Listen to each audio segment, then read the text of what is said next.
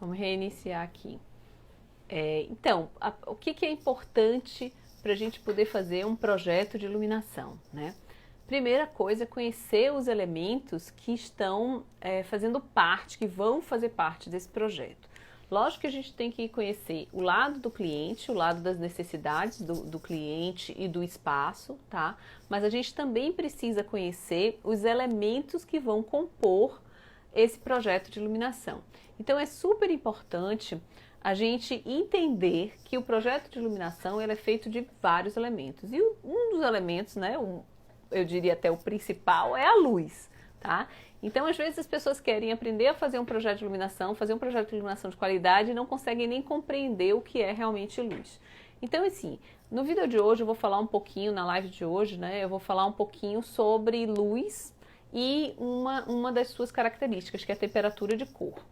Então, vamos lá. Luz, o que é luz? Luz é uma onda eletromagnética, né, que o comprimento de onda ele vai variar, e essa variação do comprimento de onda vai dar a tonalidade da luz, né? Então, ele está dentro de um espectro que abrange muitas coisas, tipo o raio-x, o ultravioleta, o infravermelho. Você tem toda essa gama de coisa que está dentro vamos dizer assim, dessa escala que é medida em nanômetros, né? Mas o pedacinho que é visível pelo homem é o pedacinho que está entre 380 nanômetros a 780 nanômetros, mais ou menos, né? Então, o que eu quero dizer com isso? Que vários elementos que a gente conhece são compostos dessa mesma onda eletromagnética que é definida pelo comprimento dela, vai ter, vamos dizer assim, vai ter um efeito ou outro, tá? Então, dentro desse espectro visível, no limite maior dele a gente está com o ultravioleta e no limite menor a gente está com o infravermelho, né? Abaixo do infravermelho a gente não vê e tal e tal. Mas por que eu estou falando do infravermelho e do ultravioleta especificamente? Porque, por exemplo, na iluminação a gente tem que olhar na fonte de luz, a gente tem dois tipos de fonte de luz. Um é o natural, né, que é o sol, né, o único que a gente tem, que precisa por N motivos, para a saúde, para toda a existência mesmo do ser humano, tá? E aí tem vários efeitos interessantes que precisam ser adotados e aproveitados dentro do projeto da iluminação, com a presença da iluminação natural, tá? Que vem da fonte do sol. E a outra fonte de iluminação, que seria as fontes artificiais, que podem ser lâmpadas, sistemas de lâmpadas com luminária, ou sistemas já de placas de LED e outras formas de emissão de luz. Essas formas de emissão de luz vieram, vamos dizer assim, evoluindo nesses anos todos para que ficasse cada vez mais eficiente, tá? Então a gente vem de uma lâmpada incandescente lá atrás, que veio para fluorescente, hoje a gente está no LED, que tem aí uma gama de coisas, tá? Mas o que é importante a gente ver? Que essas fontes de luz, né, ou artificial ou a natural, que seria o sol, elas, além de emitir raios visíveis, então assim, o espectro que é visível para o olho humano, ele vai emitir também o infravermelho e o ultravioleta. O infravermelho vai afetar nos nossos projetos. Por quê? Porque o infravermelho ele traz o calor. Então, se a gente tem, por exemplo, o Sol entrando diretamente no espaço, esse espaço vai ficar aquecido por causa do infravermelho, que vai bater nas superfícies e vai aquecer, vai transformar em calor e vai causar todo aquele efeito de calor e estufa no local. E aí, muitas lâmpadas, principalmente as mais antigas, as dicróicas e outras lâmpadas de outros sistemas antes do LED, muitas delas emitiam infravermelho. Então, qual era o problema disso? Por exemplo, você tem lá uma iluminação de um quadro na parede da sua casa, na parede da casa do cliente, um quadro, inclusive, valioso. E aí você pegava e botava lá uma dicróica ou alguma coisa focal para aquele quadro. Se aquela lâmpada tivesse emissão de infravermelho, ela ia estar jogando calor em cima daquilo, inclusive podia danificar aquela obra de arte. Então, isso precisa ser observado na fonte de luz que você vai usar para iluminar as coisas. Outro problema é o calor do espaço mesmo. Quantas pessoas já sentaram em recepção, em sofás que tem lá aquele foco de luz em cima de você e você morre de calor ali embaixo e não dá para ficar, né? Isso foi muito usado em consultórios, né? Então aqueles consultórios mais elaboradinhos, com mais projeto de decoração, de interiores mais elaborados, sempre pecaram nessa questão da iluminação de dicróica, né? Porque colocava em cima do lugar onde a pessoa sentava um foquinho de luz ali em cima da cabeça, esquentando a cabeça, porque aquela lâmpada daquele sistema das dicróicas, das halógenas, né? Elas emitiam muito calor para frente e o infravermelho também, que além disso ainda danificava aí as coisas. E aí a gente tem o ultravioleta, que no outra ponta do espectro a gente tem o ultravioleta. O que o ultravioleta traz de problema para nossa iluminação interna? Ele, né, na verdade, o raio ultravioleta, ele desbota as coisas, desbota o tecido das coisas, desbota as cores das coisas, né? Então, batendo no sofá, batendo no piso, ou o que for, ele vai desbotando e desgastando essas cores. E aí, na verdade, hoje o LED consegue resolver esse problema, né? Porque ele não emite ou emite muito pouco, dependendo também, sempre, parêntese aqui, sempre que a gente fala que um LED não emite, por exemplo, ultravioleta ou infravermelho, tem que ser alguma coisa de qualidade, tá? Porque existe muita coisa no mercado que ela parece LED, mas eu diria parece, mas não é, né? Porque esses sistemas não estão normatizados, não estão, né, feitos com uma qualidade de componentes que vai garantir, por exemplo, a não emissão de ultravioleta e infravermelho, tá? Então, voltando, a gente fala que aí você tem o problema do sol, que é a luz natural, que também tem que ser cuidado essa questão do infravermelho e do ultravioleta. O infravermelho como? Porque quando os raios, né, de sol entram no espaço, para vocês terem uma ideia, o infravermelho eu acho que é em torno de 42% mais ou menos de luz visível que tem na luz do sol, né, a parte visível. O resto é infravermelho e ultravioleta, tá? Então, assim, a luz do sol, ela tem que ser moderadamente ou, vamos dizer assim, feita com cuidado, tá? Utilizada com cuidado dentro do espaço. Ah, mas como é que você faz? Então fecha tudo, não deixa o sol entrar? Não, você vai usar cortinas ou vidros com proteção de ultravioleta, infravermelho e tal e tal. Porque senão você tem um ambiente bastante desagradável, tá? Mas assim, voltando para a luz artificial, a gente tem que prestar atenção nesse componente da luz. Então é importante a gente entender o que é a luz, tá? Que é uma onda eletromagnética. E a gente tem também um entendimento que a gente precisa ter como light designer, como projetista de iluminação, que é que hoje o LED, né, ele vai dessa forma, que cada cor, por exemplo, eu tenho uma luz vermelha, ela tem um comprimento X de onda, que está tendendo a ficar mais próxima lá do infravermelho, tá? Eu tenho uma luz azul no LED, né, o RGB, que é as luzes coloridas. Isso quer dizer que tem um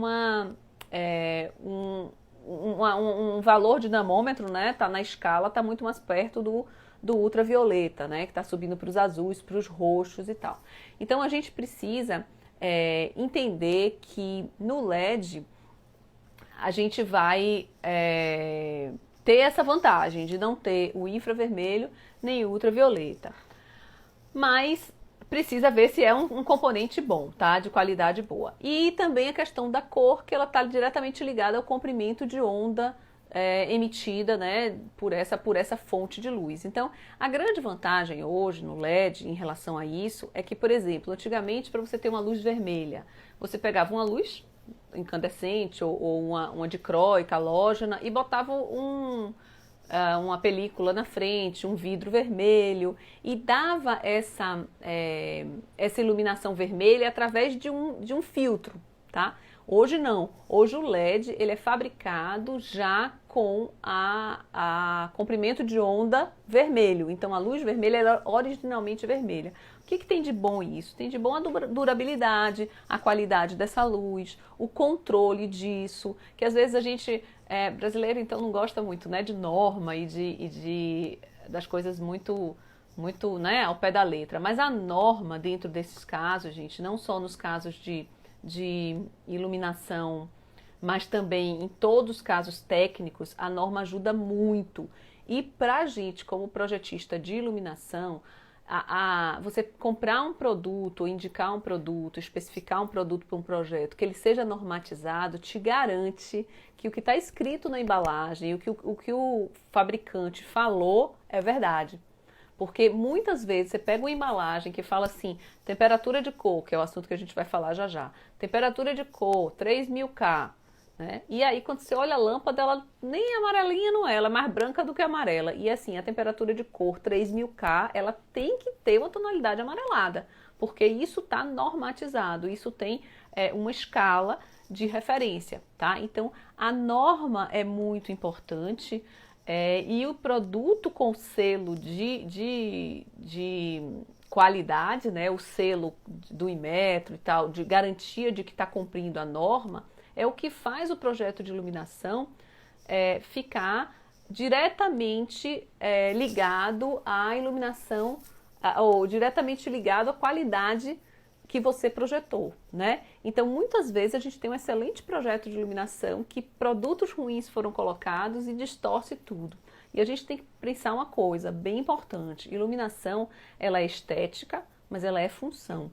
Então, uma iluminação ruim, mal feita, de qualidade ruim, ela danifica coisas, ela causa acidentes, né? Então tem gente que cai, né? Eu tive alguns casos de amigos e tal, e principalmente pessoas mais velhas, né, que precisam de mais quantidade de luz, então, e que tomaram quedas por causa da falta de uma luz adequada. Então, muitas vezes o projeto estava bom, especificava ali X X lux e tal, e aquela lâmpada, e a pessoa foi lá e comprou uma que não era daquela qualidade. 2 anos depois, ela já não tinha mais aquele pacote de luz inicial. E aí a pessoa não sabe, porque a lâmpada não queimou, né? Aí é um outro assunto, que é assim, vida útil da lâmpada. A vida útil da lâmpada não é quando ela queima.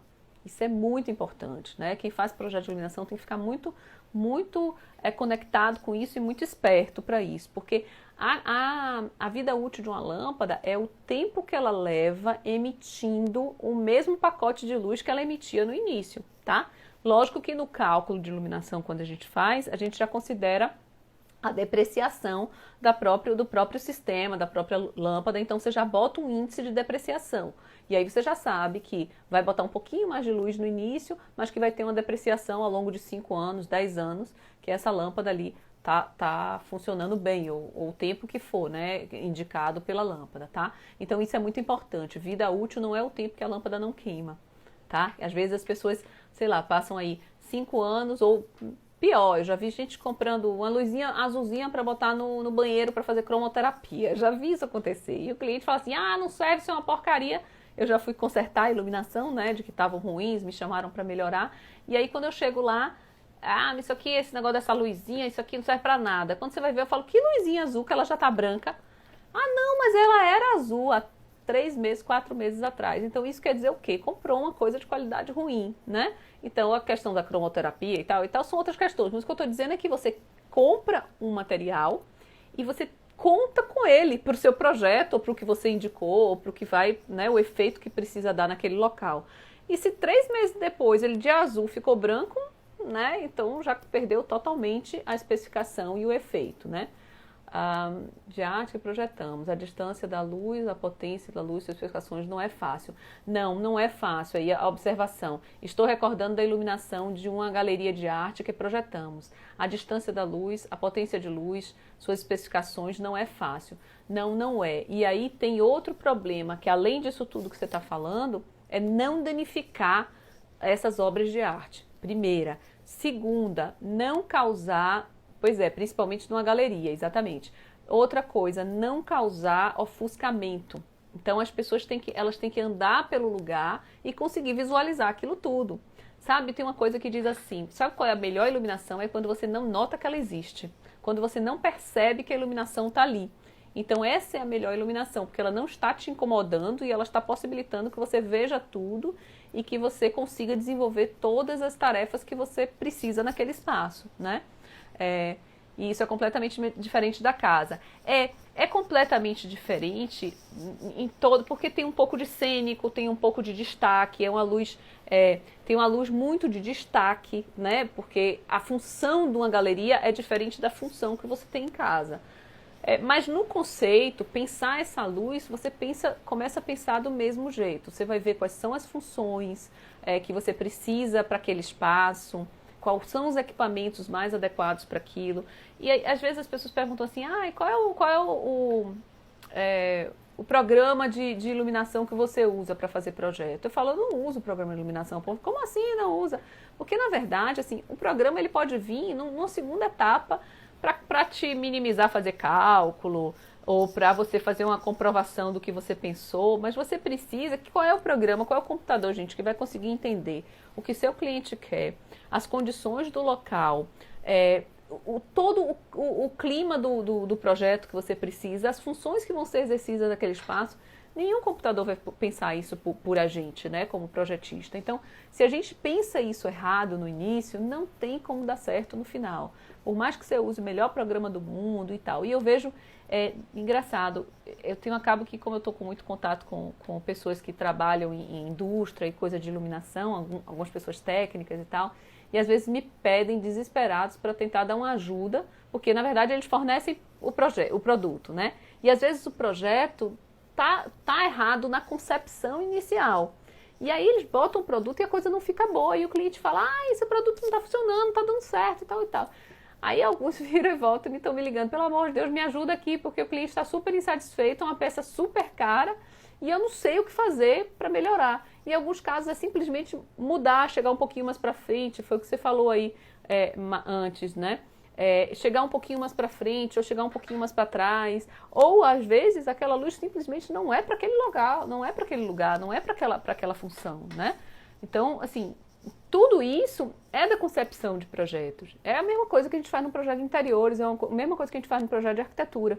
A gente pensa tudo isso, faz a concepção de tudo isso antes, tem o programa de necessidades, né? Pensa tudo isso. E ainda tem outras coisas, tem que entender quem é seu cliente, porque às vezes 2 apartamentos iguais, que precisam de iluminação, vamos dizer, as mesmas funções, sala de jantar e tal, as mesmas funções vão ser exercidas, mas o cliente tem um estilo de vida completamente diferente, né? Tem gosto completamente diferente, aprecia coisas diferentes, né? Então você pega um apartamento do lado do outro, alguém tem uma obra de arte e quer fazer uma iluminação de destaque para aquela obra de arte.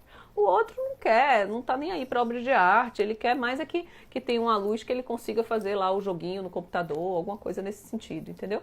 Então cada um vai ser de acordo com a necessidade. E realmente voltando aqui um pouco, na galeria de arte tem uma outra questão grande.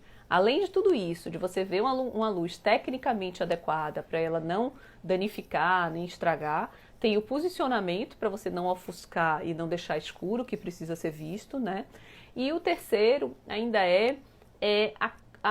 eu diria assim, o efeito que você escolhe para aquilo ali. Porque, por exemplo, uma galeria de arte, você pode, por exemplo, ter o fundo todo escuro e destacar só o quadro. Aí você teria que buscar uma luminária que existem umas luminárias, né, são os canhões de luz que já são específicos para a parte de galeria de arte, são super caros, mas são fantásticos, porque eles têm quase que, vamos chamar assim, uma máscara na frente da luz e ela você pode botar ela mais quadrada, mais comprida, de acordo com o formato daquele quadro que está sendo exposto, então a luz só pega no quadro, o entorno todo, a parede, ela não recebe iluminação, então esse quadro quase que acende assim, né? Então, exatamente, depende da cor da parede, depende de muita coisa. Então, a iluminação, ela precisa pensar todas essas coisas, tá? Mas o que eu vejo é que as pessoas esquecem o básico, e aí sim, por isso que eu tô começando aqui devagarzinho, fazendo essas lives toda quinta-feira, e falando um pouquinho do que é o básico que a gente esquece, né? Então, hoje eu programei falar aqui, lógico que a gente vai respondendo pergunta e a coisa vai ficando dinâmica, mas eu programei falar aqui sobre luz. Então, essa questão da luz, dela ser diferente, no LED já é utilizado o comprimento de onda, mudando a cor, né? A cor do LED ele já é dado pelo comprimento de onda. Aí você fala, para que eu preciso disso? Você precisa, porque você precisa dar uma olhada como é essa lâmpada que você está especificando, como é que esse fornecedor obtém o vermelho que você quer, ou obtém sei lá, o amarelo, ou o branco, ou qualquer tonalidade, ou como é que é tratado isso dentro do próprio sistema do fornecedor. A gente precisa entender um pouquinho a mais, porque como eu falei, não adianta só a gente saber fazer o projeto. Se a gente não conhecer o produto que a gente está especificando, a qualidade do projeto cai, porque depende diretamente do produto que a gente está especificando, né? Então isso é complicado, né? E aí eu tenho um outro tema aqui que eu acho que é super importante, temperatura de cor. Primeiro, normalmente o cliente ele fica meio confuso e muitas vezes o arquiteto, o designer e o próprio projetista de iluminação, ele ainda se confunde com o que é temperatura de cor, né? A temperatura de cor, primeiro, ela é dada em kelvins, né? Com a unidade de medida, a grandeza dela em kelvins, então é o K de kelvins. E aí, o que acontece? Como é que foi dada? Ela não tem nada a ver com a temperatura física da peça, tá? Então, por exemplo, luz quente não quer dizer que ela é quente, não quer dizer nada disso, tá? Então, essa luz não quer dizer que ela esquenta ou esfria o ambiente. Então, assim, bota a luz quente que o ambiente vai ficar mais quente. Ele pode dar uma sensação, que aí é uma coisa sensorial, por causa de umas relações que o nosso conhecimento, nossa cultura associa, tá? Que é a coisa sensorial. Mas a questão de esquentar fisicamente, ou seja, de temperatura mesmo, isso não tá relacionado, tá? E, além disso, também não tem nada a ver com você pegar na luz e ela tá quente ou ela tá fria, tá? Aí deixa eu fazer um parêntese aqui, a questão da luz quente ou tá fria, por exemplo, quando você tinha luz incandescente, que você pegava, a gente para poder trocar uma lâmpada incandescente, né? Aquelas de filamento, que é lá de trás, né, que já não fabrica mais, mas para você trocar uma lâmpada você tinha que desligar, esperar um pouquinho, ou então pegar uma toalha e ir lá tentar desatarrachar, porque ela estava quente, literalmente quente. Mas aí é outra coisa, porque aquele tipo de lâmpada, ela era ineficiente, vamos dizer assim. Por que ela não era eficiente? Porque para transformar em luz, ela transformava muito calor. Então a energia era utilizada, gasta com calor. Antes, né? Ou seja, um percentual muito pequeno só se transformava em luz, o resto era transformado em calor. Então ela emitia calor. E aí vem outra questão, daqui a pouco eu volto para a temperatura de cor, mas aí vem uma outra questão daquele negócio, é mito ou é verdade que o LED não emite calor? O LED emite calor, sim, mas ele emite para trás, né? Dependendo, claro, de cada sistema, mas a maioria deles hoje consegue emitir para trás, tá? E aí, o que acontece? Quando ele emite calor para trás, ele precisa ter o espaço para emitir calor. Então, por exemplo, você pegar um LED e botar ele confinado, a vida útil dele vai cair muito. Ele precisa ter um espaço para ele trocar calor com o ambiente. Mas esse calor é trocado para trás, o que quer dizer que ele não vai jogar calor para frente. Então, ele não vai esquentar embaixo do lugar onde você está. Mas aí alguém vai me dizer assim, mas eu já sentei, por exemplo, no consultório de médico, que é onde a gente fica mais sentado esperando, né? E que tinha uma dicróica LED, que a gente olha e vê que sabe que é LED, e esquentava, incomodava a cabeça da pessoa, tá? Aí eu digo, são a coisa que eu falei, a gente tem que conhecer os produtos que a gente vai especificar, porque dependendo do fabricante, da qualidade e tal, pode ser que esse calor que podia ser emitido para trás esteja vazando para frente também, tá? Mas o LED pode, na maioria deles, inclusive na maioria deles, não emitir calor para frente. Que numa galeria de arte, como a gente falou aí um pouco antes, numa galeria de arte é uma qualidade incrível, porque você emitir calor para frente, a lâmpada emitir calor para onde ela está iluminando, isso danifica, né, uma obra de arte, por exemplo, e causa calor no ambiente inteiro. Né? Aquela história de a gente falar assim, apaga essa luz aí que está um calor danado, tá? Então, realmente era verdade, não era só sensação, era verdade, porque ele jogava calor para frente. Então, o LED ele joga calor para trás. Então, ele emite calor, mas é bem menos e para trás dos sistemas. Então, onde você colocou para frente, ele não vai emitir calor e não vai esquentar aquele espaço, tá? Aí, voltando à temperatura de cor. Então, a temperatura de cor não tem nada a ver com esse calor emitido, não tem nada a ver com isso. A temperatura de cor, ela é dada em kelvins, né? E ela foi feita ela foi, vamos dizer assim, determinada, ela foi...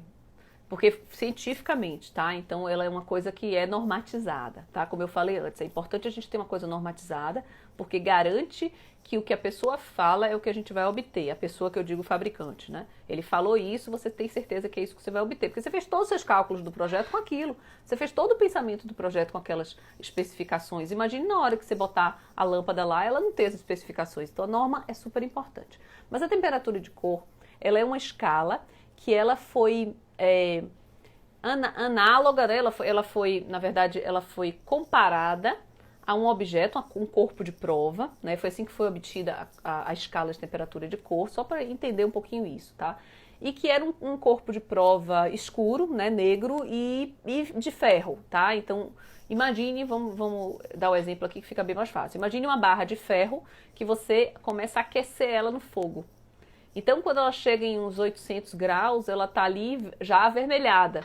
Quando ela passa para os 3.000 graus, né, de kelvins, porque, né, em Celsius, mas assim, na referência do kelvins, tem aí uma relação com Celsius, mas não veio o caso aqui, mas vamos lá em kelvins, tá? Então, ela chegando a uns 800 kelvins, a peça, a cor dela aparente, ela já avermelhada. Quando ela começava a chegar em 3.000 kelvins, né, de temperatura, ela já estava mais amarelada, e aí chegando mais para uns 5.000 kelvins, ela já estava uma cor mais branca mesmo.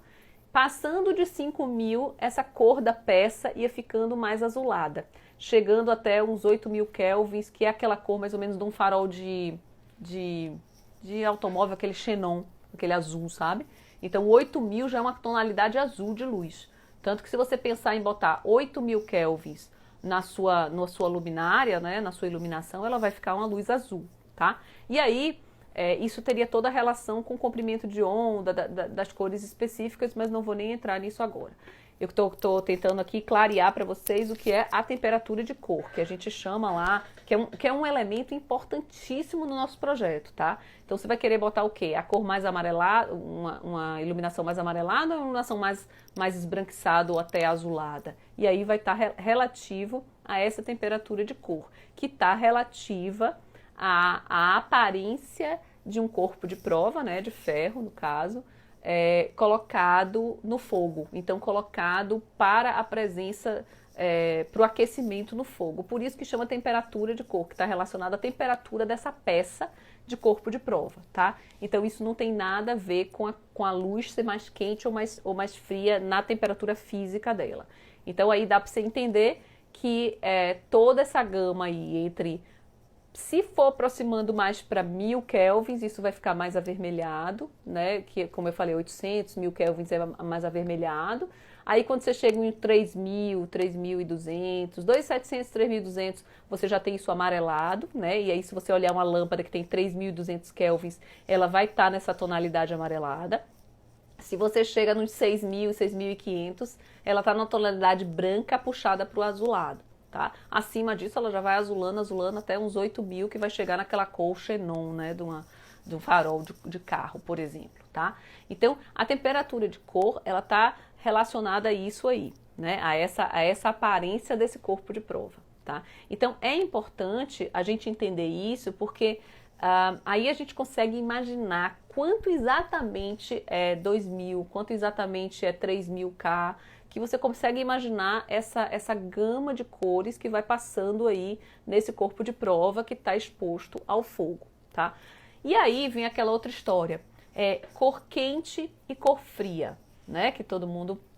Que eu acho que quem é técnico não pode estar nunca... Às vezes a gente chama para poder o cliente entender, mas quem é técnico não vai nunca dizer assim, vou botar uma lâmpada quente. Que diabo é uma lâmpada quente, gente? Pelo amor de Deus. Que temperatura de cor é essa? Tem que ser uma coisa técnica. É entre 2.000 e 3.000, até 4.000 talvez, não sei, mas até antes de 4.000 ela ainda está naquelas cores avermelhada e amarelada. Então, seria a quente que você está falando, mas entre 2 e 4 a tonalidade é completamente diferente, né?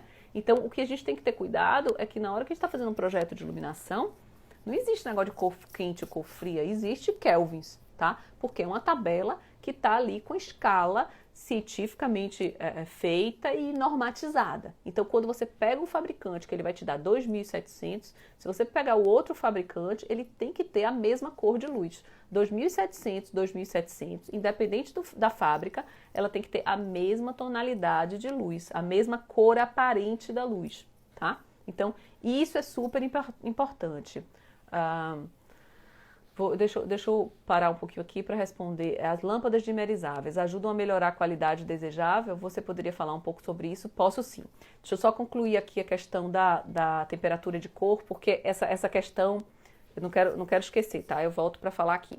Essa questão da cor, né, como as pessoas falam, quente ou fria, é estranho, porque se você pensar assim, o que é a cor quente? Olha só que maluquice. A cor quente, ela estaria na gama aí dos vermelhos para os amarelos, que seria em torno, como eu falei, de uns 2.000, menos até, tá? 1.000 a 4.000 K, vamos dizer assim. De 1.000 a 4.000 K. Estaria os vermelhos, os laranjas, os amarelos, estão todos nessa gama, que as pessoas chamam de cores quentes, certo?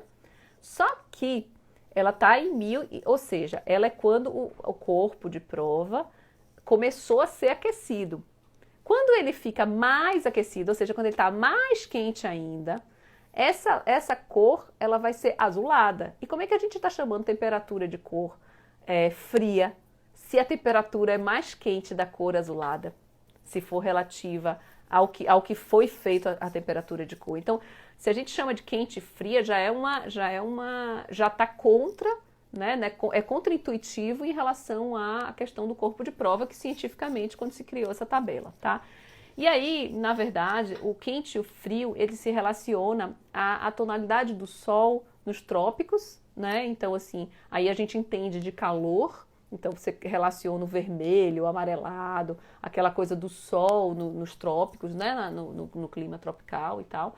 E a tonalidade do azul a gente relaciona aos polos, né, norte e sul, com as geleiras, que tem aquele tom bem azulado do branco, tá? Então, por isso que chama de cor quente e cor fria. Mas se você pensar em cor quente e cor fria e tentar relacionar isso com a escala científica, normatizada de temperatura de cor, vai dar uma confusão danada, porque é o contrário, tá? Então, isso é importante a gente estar ligado nisso, que a gente fala que é fácil do cliente entender e tal, mas a gente está fazendo um projeto técnico, a gente tem que ir pela linha técnica, que é o que está normatizado, né? Então, a gente fala de luz e temperatura de cor em kelvins, e não como quente e fria, tá? Então, isso eu queria deixar bem claro. Voltando aqui à pergunta, que foi a questão de dimerizável. O dimerizável, na verdade, a gente podia dimerizar na época das lâmpadas halógenas, né, filamento lá atrás. Depois, quando entrou as fluorescentes compactas, as fluorescentes tubulares, ficou impossível de dimerizar. E agora, há muito pouco, logo no início do LED também não podia. E agora, há muito pouco tempo, né, quer dizer, relativamente, mas a gente já tem sistemas que podem ser dimerizáveis. Então, primeira coisa do dimerizável, saber se pode ser dimerizável. Então, nem todo LED pode ser dimerizável, tá? Então, nem todo LED pode ser dimerizável. Você tem que ver o sistema e a lâmpada, o drive e tal, o sistema todo da lâmpada e do funcionamento dela, se pode ser dimerizável. Essa é a primeira coisa, tá? A dimerização, ela é muito útil em vários momentos, tá? Eu acho que é bem legal, às vezes acaba ficando caro, então você não consegue botar em tudo, mas ela é muito legal por vários fatores.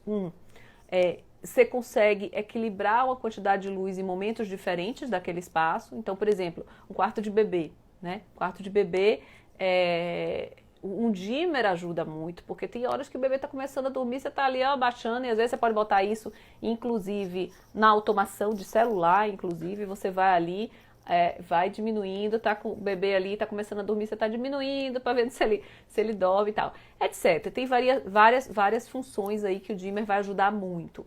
A outra coisa é a questão do gasto de energia. Porque assim, quando você dimeriza, você diminui aquele pacote de luz dali, tá? Então você está diminuindo a intensidade da lâmpada, a intensidade do pacote de luz que ela oferece. E o que acontece? Você está gastando menos energia, você está consumindo menos energia. Então, o dimmer, ele é muito utilizado, inclusive, em projetos grandes, E aí a gente junta isso com automação para poder economizar energia mesmo, tá? E a questão também, como você está falando, a qualidade pode ser alcançada sim, principalmente se for um espaço de vários usos e de vários momentos, né? Aí você com o dimmer você consegue dar essa equilibrada. Então eu acho que o dimmer é uma função muito interessante, mas tem que ter esses cuidados, tá? Primeiro, buscar um equipamento que seja possível de ser dimmerizado. E segundo, que primeiro caiba no bolso, né, do cliente e do projeto. E aí puxa para um outro assunto, que é assim, orçamento, né? E muitas pessoas não querem fazer o projeto de iluminação porque eles acham que é caro. E aí não tô falando nem do projeto ser caro, tá? Eu tô falando dos produtos a serem comprados ser caros. E aí, gente, o que eu digo é o seguinte, isso depende diretamente do projeto. De como você consegue equilibrar algumas coisas, tá? Tem luzes que elas são só funcionais e essa luz funcional, ela precisa ser tecnicamente indicada para aquilo ali, mas ela não precisa ser uma peça de design maravilhoso e tal e tal. Né? Então você tem que conseguir equilibrar isso dentro de um projeto, porque não adianta colocar tudo deixa eu ver se tem aqui embaixo, subiu algumas coisas. Não adianta você colocar um monte de coisa que sempre sonhei em botar. Às vezes o light design, o projetista, tem umas coisas aí esquisitas, né? Aqui para nós, né? Que quer assim botar, eu sempre sonhei em botar aquela luminária em algum projeto. Sim, gente, pelo amor de Deus, mas aquela luminária é seu sonho. O cliente às vezes não está nem interessado naquilo ali, não tem a grana para investir naquilo ali talvez não seja o lugar de destaque que ele quer dar na casa dele. Então tem muita coisa envolvida nisso, tá? Normalmente o que eu faço? Eu combino com o cliente, por exemplo, tem cliente que já pede assim, eu gosto da luz, eu quero fazer um lustre maravilhoso em cima da minha mesa. Eu já sei que a peça de maior destaque da casa vai ser aquele lustre, tá? E o resto a gente vai botar no mínimo necessário para a função e, lógico, combinando com a estética do projeto. Então você foca em algumas coisas, né? Até eu já falei aqui, acho que a semana passada, sobre isso. Eu tive uma cliente que ela queria fazer, foi a peça mais cara do projeto inteiro, foi um lustre lá de dinossauros do quarto do menino, da criança, né? Então foi mais cara do que o lustre da sala, foi mais cara do que o lustre da casa, mas aquilo era importante para ela, aquilo fazia diferença para ela e para o projeto como um todo fez uma grande diferença também. Então, tudo bem. E ela pôde comprar isso, por quê? Porque o resto não estava absurdo. Então, é super importante casar o orçamento com o bolso do cliente, tá? Essa é uma coisa importante. Deixa eu lembrar aqui que eu tinha feito uma listinha do que eu queria botar. Algumas coisas que são importantes. Primeira, o que a gente faz? Quando a gente pensa em temperatura de cor, às vezes as pessoas falam assim, a temperatura de cor mais baixa ou mais alta, ela muda a qualidade da minha luz, ou seja, se eu botar uma luz mais amarela ou mais branca, vai mudar a qualidade do meu projeto? Olha, se você botar uma luz muito mais baixa, ou seja, muito amarelada, ela vai interferir nas cores do espaço, tá? Isso com certeza.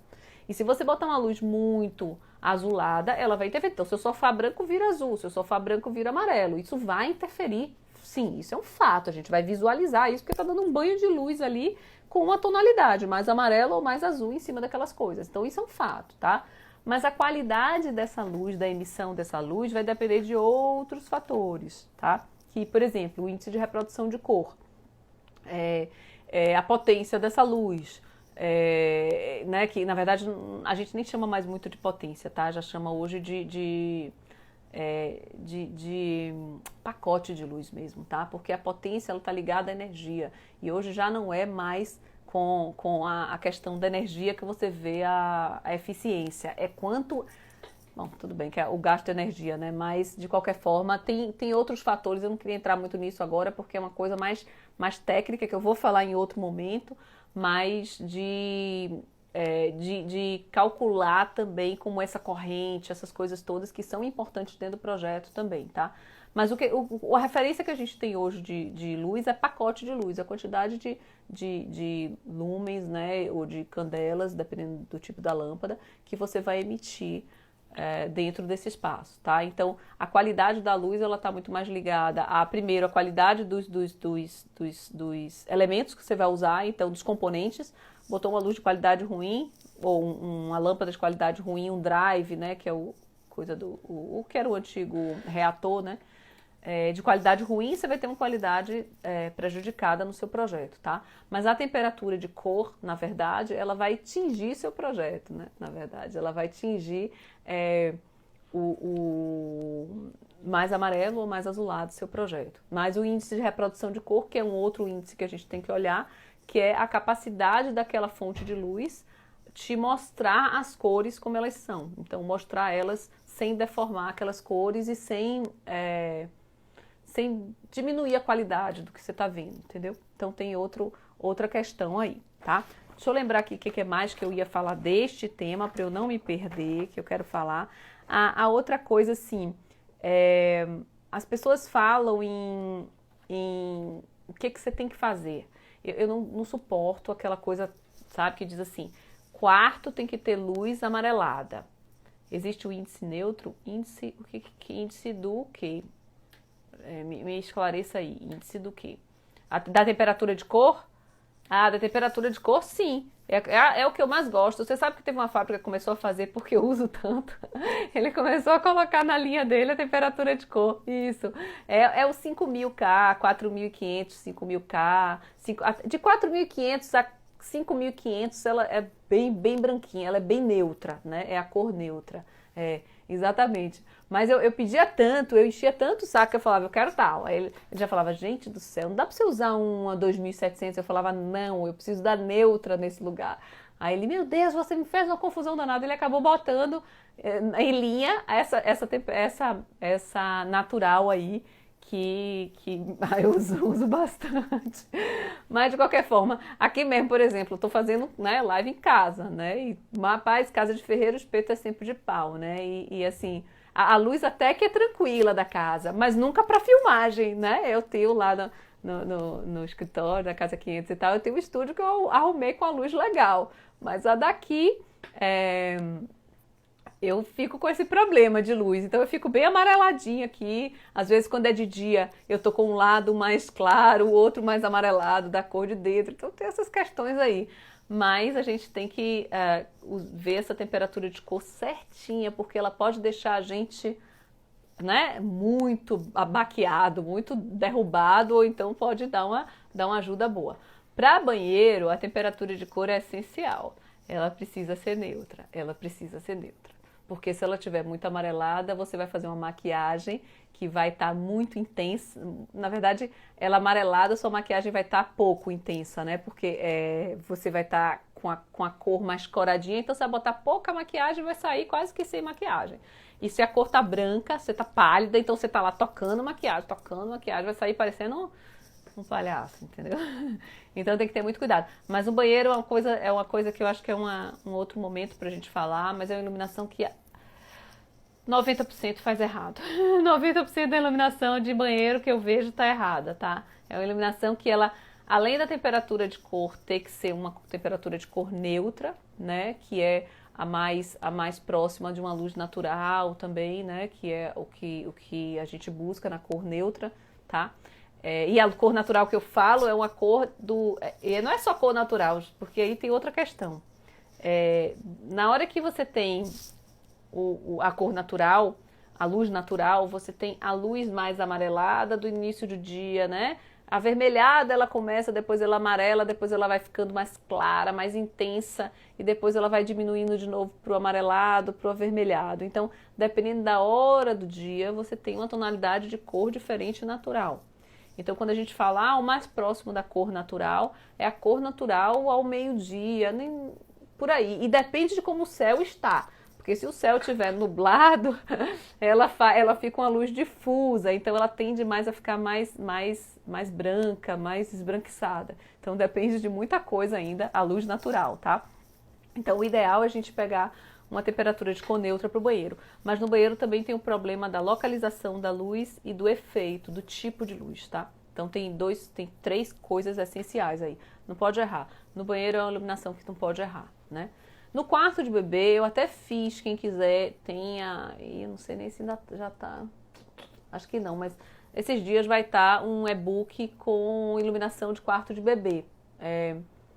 E aí é legal porque dá um insight aí, eu acho que são 3 dicas ou 4 dicas, uma coisa assim, sobre iluminação de quarto de bebê, que é outra questão, porque são várias funções. O problema é esse, que tem coisas que têm várias funções. O caso o caso do banheiro, da maquiagem, né? Vamos chamar de banheiro não, vamos chamar de maquiagem, que é a área da maquiagem. Ela tem uma função, mas ela tem várias especificidades. A localização da luz, a intensidade dessa luz, a tonalidade dessa luz, o efeito, o tipo de luz. Então tudo isso tem que ser levado em consideração, tá? O próprio banheiro como um todo, como é o revestimento desse banheiro, qual é a distância das paredes, se você vai poder botar a luz lateral ou não. Então tem muita coisa para ser avaliada numa iluminação de banheiro.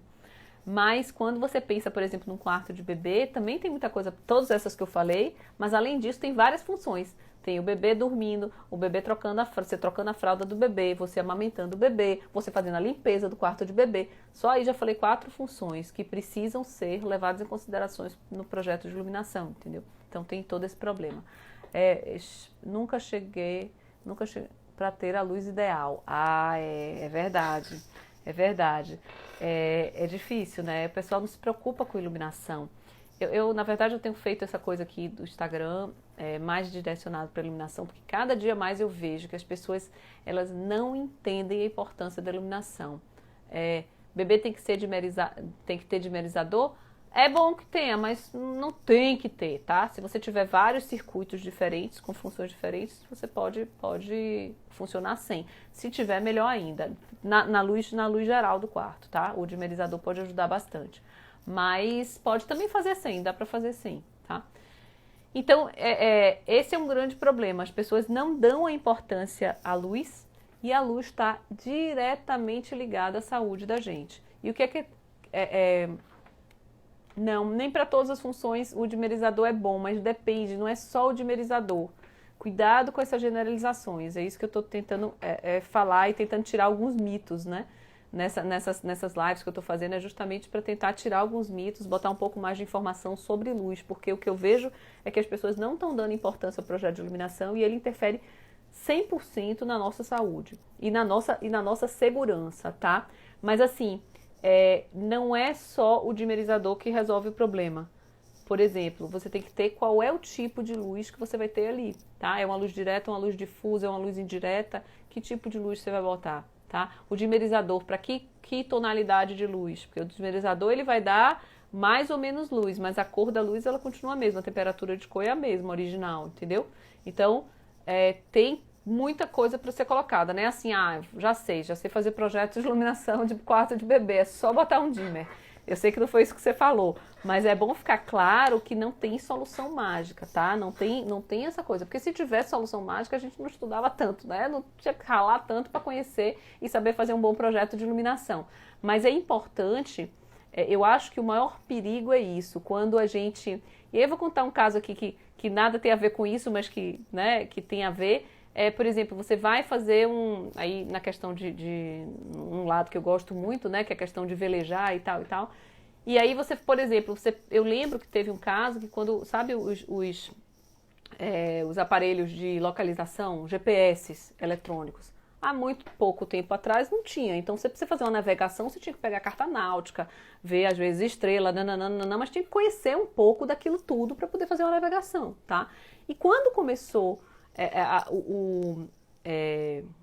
o GPS, né? Teve gente que falou assim, não preciso mais saber nada de navegação, simplesmente pego um GPS e vou aí pro alto mar fazer o que eu quiser. Pronto, o GPS quebrou, você faz o quê, né? Você faz o quê? Então, eu acho que essas questões assim que a gente pega, não, Igor, não é dimerizável, eu já falei até isso aqui, tem que ter cuidado com isso, tá? O sistema ele tem que ser preparado para dimerizar. Não é. E na verdade você está falando luminária, você não tem que falar luminária, você tem que falar lâmpada, né? Porque a luminária é onde a lâmpada está alocada. O que é dimerizável é a lâmpada, tá? Ou o sistema, porque quando é placa é um sistema, certo? Então, cuidado com esses termos também. luminária, ela não é dimerizável, né? Ela não é nada, na verdade. Ela é o lugar onde você bota a lâmpada, tá? A fonte de luz. A gente chama de fonte de luz. Por que é fonte de luz? Porque pode ser um sistema. Uma placa de LED, ela não é uma luminária, ela é inteira já. Você compra, queimou, joga fora inteira, não precisa da luminária. Então são sistemas, e a tendência é a gente chegar em sistemas, tá?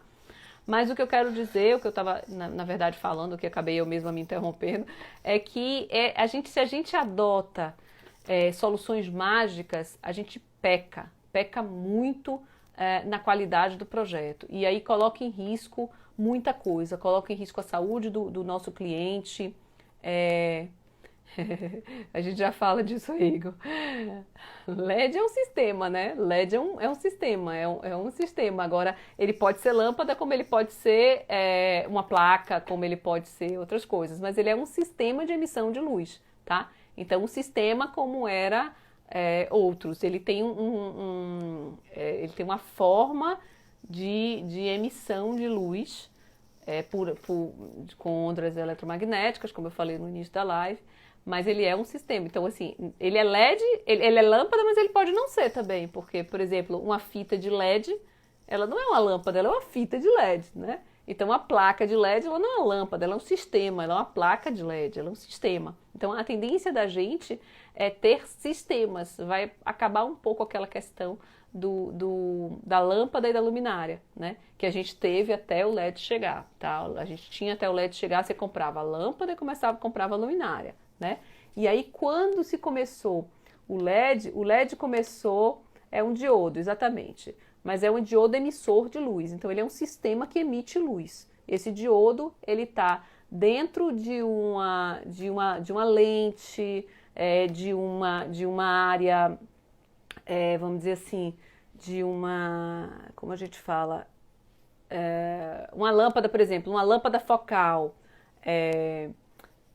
que você tenha um difusor de luz ali dentro. Você, às vezes tem um diodozinho, um LEDzinho lá dentro, e o próprio refletor, o próprio difusor ali, ele reflete e bota uma luz mais intensa. E aí você pega uma lente e bota na frente. Então esse LEDzinho, ele intensifica com a lente, né? Aí sim seriam as lâmpadas, porque ela pega o diodo e vai fazendo todo esse ajuste. Um diodo ele pode ser uma luz difusa, e um diodo ele pode se transformar numa luz focal, tá? Dependendo como você vai. Aí seria vamos dizer, a engenharia da lâmpada. Porque aí é importante, tá? E eu digo muito isso, não decora nome de lâmpada, cara. Se decorar nome de lâmpada, você vai se arrebentar. Porque as pessoas já estão chamando de lâmpada dicróica de LED, e aí é uma lâmpada difusa. E quanto que a dicróica vem originalmente de uma lâmpada que é uma lâmpada focal, tá? Então, uma lâmpada de destaque focal. E aí você pega uma lâmpada que ela aparenta ser uma dicróica e chama ela de dicróica, né? Que na verdade nem é dicróica, é MR16 e MR11. A dicróica é a mini dicróica, mas as pessoas ainda chamam dicróica de LED, tá? Porque pegou, e aí quando você fala dicróica de LED, você consegue já imaginar como é essa lâmpada, tá? Só que você imagina ela visualmente, o tamanho dela e tal, mas você não consegue imaginar a quantidade de luz que ela emite e como essa luz é emitida, porque para isso você tem que olhar como ela é constituída. Você pode ter uma dicróica que ela tenha uma superfície que espalhe luz e essa luz não vai ser focal, ela vai ser uma luz difusa, tá? E você pode ter uma dicróica que ela tenha esse difusor interno, uma lente potente, e aí você tem uma luz focal, entendeu? Então, eu digo o tempo inteiro, não decora o nome de lâmpada não, senão vocês vão ficar malucos. Você tem que olhar para a lâmpada e entender como ela funciona, para poder ver que efeito ela dá, para você saber se esse efeito cabe no seu projeto, na sua concepção de projeto, tá? E aí também vem a lâmpada e a luminária, porque muitas vezes a lâmpada, ela é de um jeito e a luminária transforma essa luz para outra coisa, tá? E a localização dessa lâmpada, a localização dessa luminária. Então, na verdade, o pessoal quer saber fazer projeto de iluminação indo lá para cima e falando assim, é só botar não sei o quê, é só dimerizar. E não é nada disso, você tem que pensar em um monte de coisa que é a base, que eu chamo dos princípios da iluminação. Como é que você vai fazer iluminação se você não sabe o que é claro e escuro? Como é que você vai fazer iluminação se você não sabe a questão do contraste, né? Da questão da reflexão de luz, né? Da questão de manutenção dessa lâmpada, tá? Então, é muita coisa envolvida e que as pessoas acham que isso às vezes é bobagem, mas isso tem que ser garantido, esse conhecimento, e tem que saber usar ele na hora certa. Então, esse é que é o segredo do negócio. E aí, ajustar isso com o que o cliente precisa, com o que você tem disponível. Porque, às vezes, você sonha um negócio muito legal, mas não existe no mercado aquela lâmpada. Ou não existe naquele lugar que você vai especificar. Ou está muito caro para o cliente. Então, você tem que ir ajustando todas essas questões, né? Então, assim, no geral, o que eu queria deixar claro é que, assim, hoje, né, meu objetivo era bem, acabou falando aí, mas é ótimo, quanto mais vocês perguntarem, mais a gente vai falando coisas aqui. Mas o meu objetivo hoje era falar muito do que é a temperatura de cor e o que é luz e como é importante para quem quer projetar conhecer tudo isso, tá? Então, projeto de iluminação é uma especialização, é um aprofundamento. Ninguém sai da faculdade conseguindo fazer um bom projeto de iluminação, tá? E principalmente entender que o projeto de iluminação é completamente diferente de botar ponto de luz, completamente diferente. Então você não pode oferecer isso para um cliente e não saber fazer, né? Então se você botar lá na sua proposta, você não vai botar na proposta projeto de iluminação se você não sabe fazer, escolher, fazer direito, fazer, né, colocar todas essas questões dentro de análise do projeto, entendeu? Então tem que ter muito cuidado com isso, em saber o que é que você está fazendo e o que é que você pode entregar para o cliente, porque se você fizer isso errado, você pode criar um grande prejuízo, e prejuízo assim, não estou falando de financeiro não, financeiro com certeza, mas eu estou falando de saúde mesmo. Então a gente vê gente caindo, pessoas idosas, por exemplo, tem um projeto de iluminação que tem que ser específico, você tem que ter muito cuidado com o projeto de iluminação para um idoso, para uma casa de um idoso, tá? Então tem que ter esse cuidado aí. Se for mal feito, isso vai causar uma queda, vai causar um ofuscamento. Às vezes o idoso ele perde a noção da profundidade do chão se você fizer uma iluminação errada. E aí causa uma queda, causa até um óbito lá na frente e tal. Então são coisas muito sérias. Além disso, no dia a dia a gente estraga a vista, estressa muito. Iluminação estressa, gente, que vocês não têm noção de quanto. Quanto iluminação causa prejuízo de eficiência e de estresse, sabia? Então, e venda, como a gente falou aí atrás, alguém já falou aí antes que nunca viu uma loja de venda de maquiagem com a iluminação ideal. É um dos grandes problemas. Você fala, Deus me livre, né? Eu já, por exemplo, tinha um caso de isso vai acabar nosso tempo, a live vai acabar.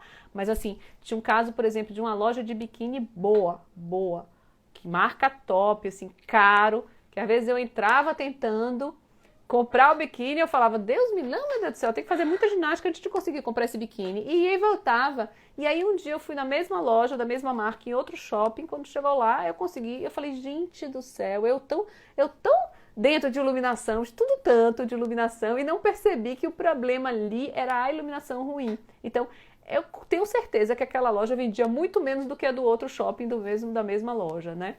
E sim, tem essa coisa toda da depressão,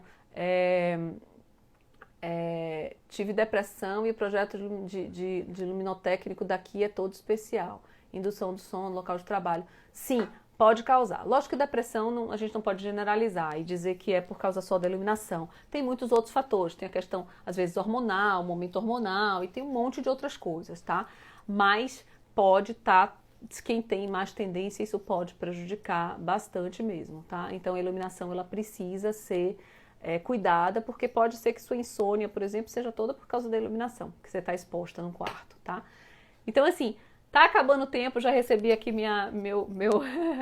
meu aviso aqui de que vai me detonar aqui já. Então, assim, obrigada a todo mundo. Toda quinta-feira, 8 horas, vou estar aqui trazendo um tema diferente. Tragam também perguntas. Quem quiser colocar pergunta no feed mesmo do Instagram, do Iluminação Aplicada, é legal. E aí vai ajudando, né? Então, a iluminação é tratamento, sim. Ela pode ser tratamento, tá? E se você souber fazer, ela pode ter um efeito mesmo. A gente tem a cromoterapia e é com luz, é todas as tonalidades de luz, tá? Parabéns, estarei aqui na próxima. A ergonomia é fundamental em todos os campos. Joia, que massa, que bom, obrigada. Sim, a ergonomia é fundamental mesmo. E aí inclui o nosso conforto, né? Ergonomia, a iluminação, a acústica e a temperatura também, então tem tudo isso que está envolvido nisso, tá?